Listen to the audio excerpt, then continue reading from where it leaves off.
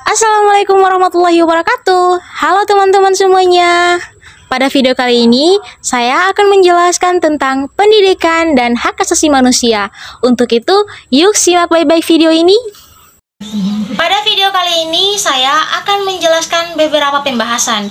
Yang pertama yaitu, apa sih yang dimaksud dengan pendidikan? Yang kedua, pengertian dari hak asasi manusia. Ketiga, ciri-ciri hak asasi manusia. Yang keempat, pelanggaran hak asasi manusia. Kelima, jenis-jenis pelanggaran hak asasi manusia. Keenam, upaya pencegahan pelanggaran hak asasi manusia. Dan yang terakhir yaitu hubungan pendidikan dan hak asasi manusia. Kita masuk pada pembahasan yang pertama, yaitu apa sih yang dimaksud dengan pendidikan? Nah, menurut Kamus Besar Bahasa Indonesia, kata pendidikan berasal dari kata didik dan mendapat imbuhan P dan akhiran an. Maka, kata ini mempunyai arti, proses, atau cara, atau pembuatan mendidik. Secara bahasa, definisi pendidikan adalah proses pengubahan sikap dan tata laku seseorang atau kelompok orang dalam usaha mendewasakan manusia melalui usaha pengajaran dan pelatihan. Nah, dari definisi Kamus Besar Bahasa Indonesia, pengertian pendidikan dapat kita definisikan menurut Undang-Undang Sidiknas Nomor 20 Tahun 2003, di mana mengatakan bahwa pendidikan adalah usaha sadar dan terencana untuk mewujudkan suasana belajar dan proses pembelajaran agar peserta didik secara aktif mengembangkan potensi dirinya untuk memiliki kekuatan spiritual keagamaan, pengendalian diri, kepribadian, kecerdasan, akhlak mulia, serta keterampilan yang diperlukan dirinya dan masyarakat. Nah, yang kedua yang saya akan bahas yaitu pengertian hak asasi manusia. Hak asasi manusia merupakan hak yang melekat pada diri setiap manusia semenjak dia lahir yang dianugerahkan oleh Tuhan Yang Maha Esa. Oleh karena itu, keberadaan hak asasi manusia sangatlah fundamental. Nah, yang dimaksud dengan fundamental adalah keberadaan hak asasi manusia ini bersifat pokok atau mendasar dan tidak bisa untuk tidak terpenuhi.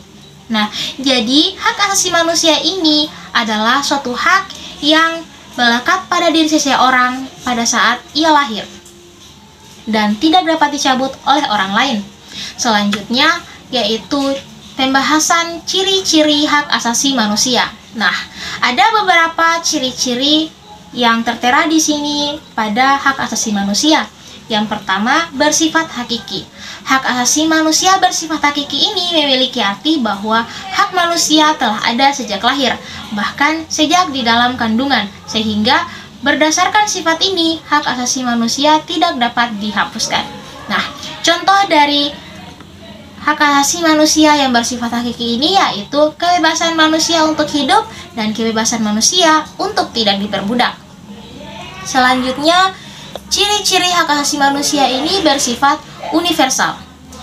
Nah, sifat universal ini juga dapat diartikan bahwa hak tidak memandang ras, suku, agama, usia, dan sebagainya.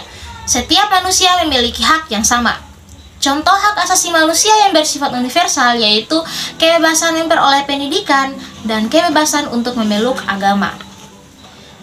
Ciri-ciri hak asasi manusia yang selanjutnya yaitu bersifat tetap atau tidak dapat dicabut. Hak asasi manusia bersifat tetap artinya hak yang asasi akan terus melekat pada diri manusia dan tidak dapat dicabut. Mendapat perlakuan tidak manusiawi yang mengakibatkan penderitaan berat, mental, dan fisik. Nah, itulah yang dimaksud dengan bersifat tetap atau tidak dapat dicabut.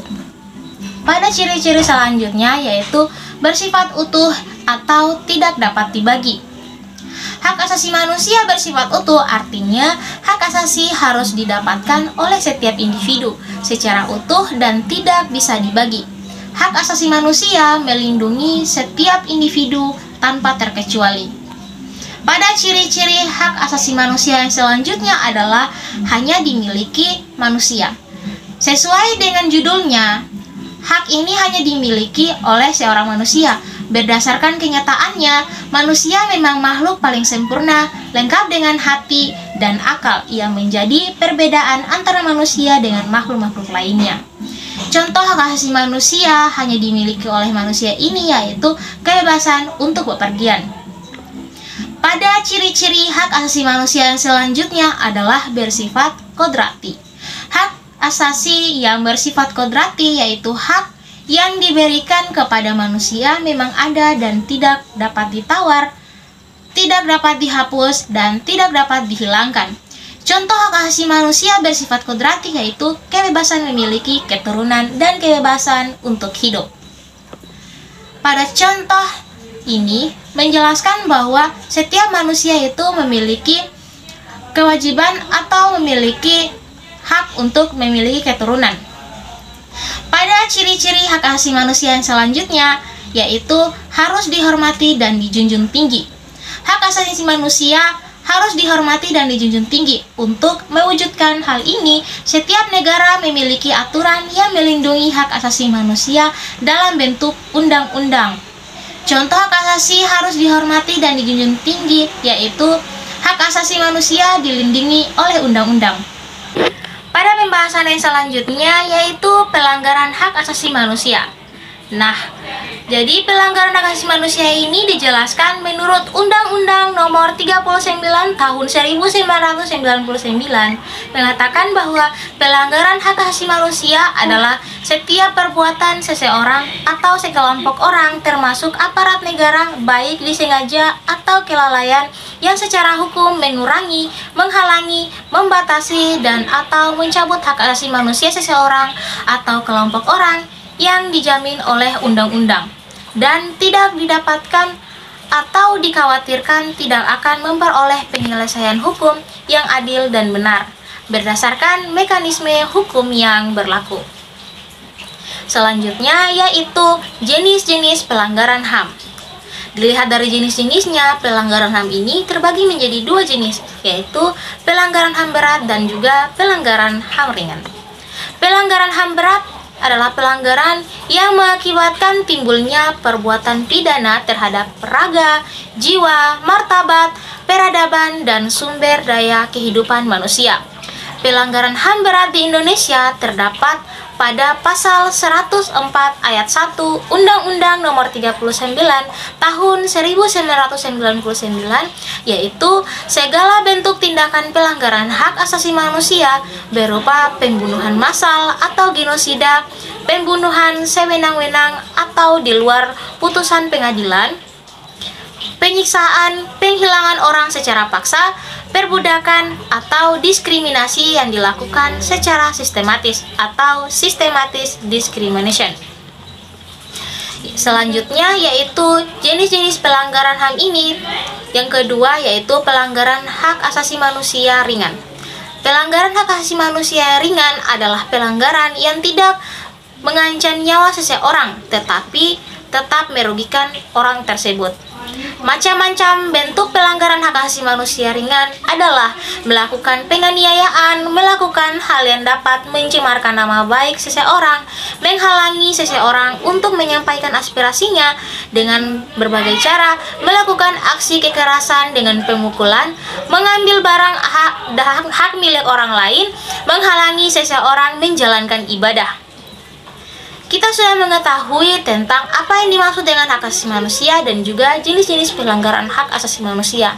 Selanjutnya, kita harus mengetahui juga apa upaya pencegahan pelanggaran hak asasi manusia. Di sini, upaya pencegahan pelanggaran hak asasi manusia terbagi menjadi beberapa macam, yaitu pendidikan karakter, mempelajari hak asasi manusia, menegakkan hak asasi manusia dengan berbuat baik, meningkatkan persatuan dan kesatuan. Nah, di sini dijelaskan bahwa pendidikan karakter dan mempelajari hak asasi manusia dapat membantu kita untuk mencegah pelanggaran hak asasi manusia. Kenapa? Karena kita dituntut untuk mengetahui dan mengerti apa yang dimaksud dengan hak asasi manusia. Setelah kita mengetahui hak asasi manusia, kita juga pasti akan mengetahui aturan-aturan di dalamnya, sehingga kita akan mencegah pelanggaran dari hak asasi manusia.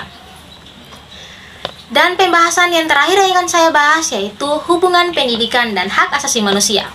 Pendidikan dan hak asasi manusia saling berhubungan karena pendidikan merupakan hak asasi di mana setiap warga negara berhak atas pendidikan.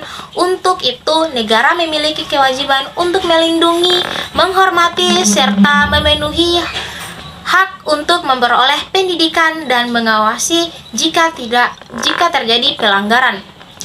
Ini juga dijelaskan menurut Undang-Undang Dasar 1945 Pasal 31 yang dikatakan bahwa setiap warga negara berhak mendapatkan pendidikan dan negara wajib membiayai pendidikan dasar setiap warga negara. Jadi, pendidikan di Indonesia itu sudah dituntut dan sudah diatur dalam Undang-Undang Dasar 1945 yang tertera.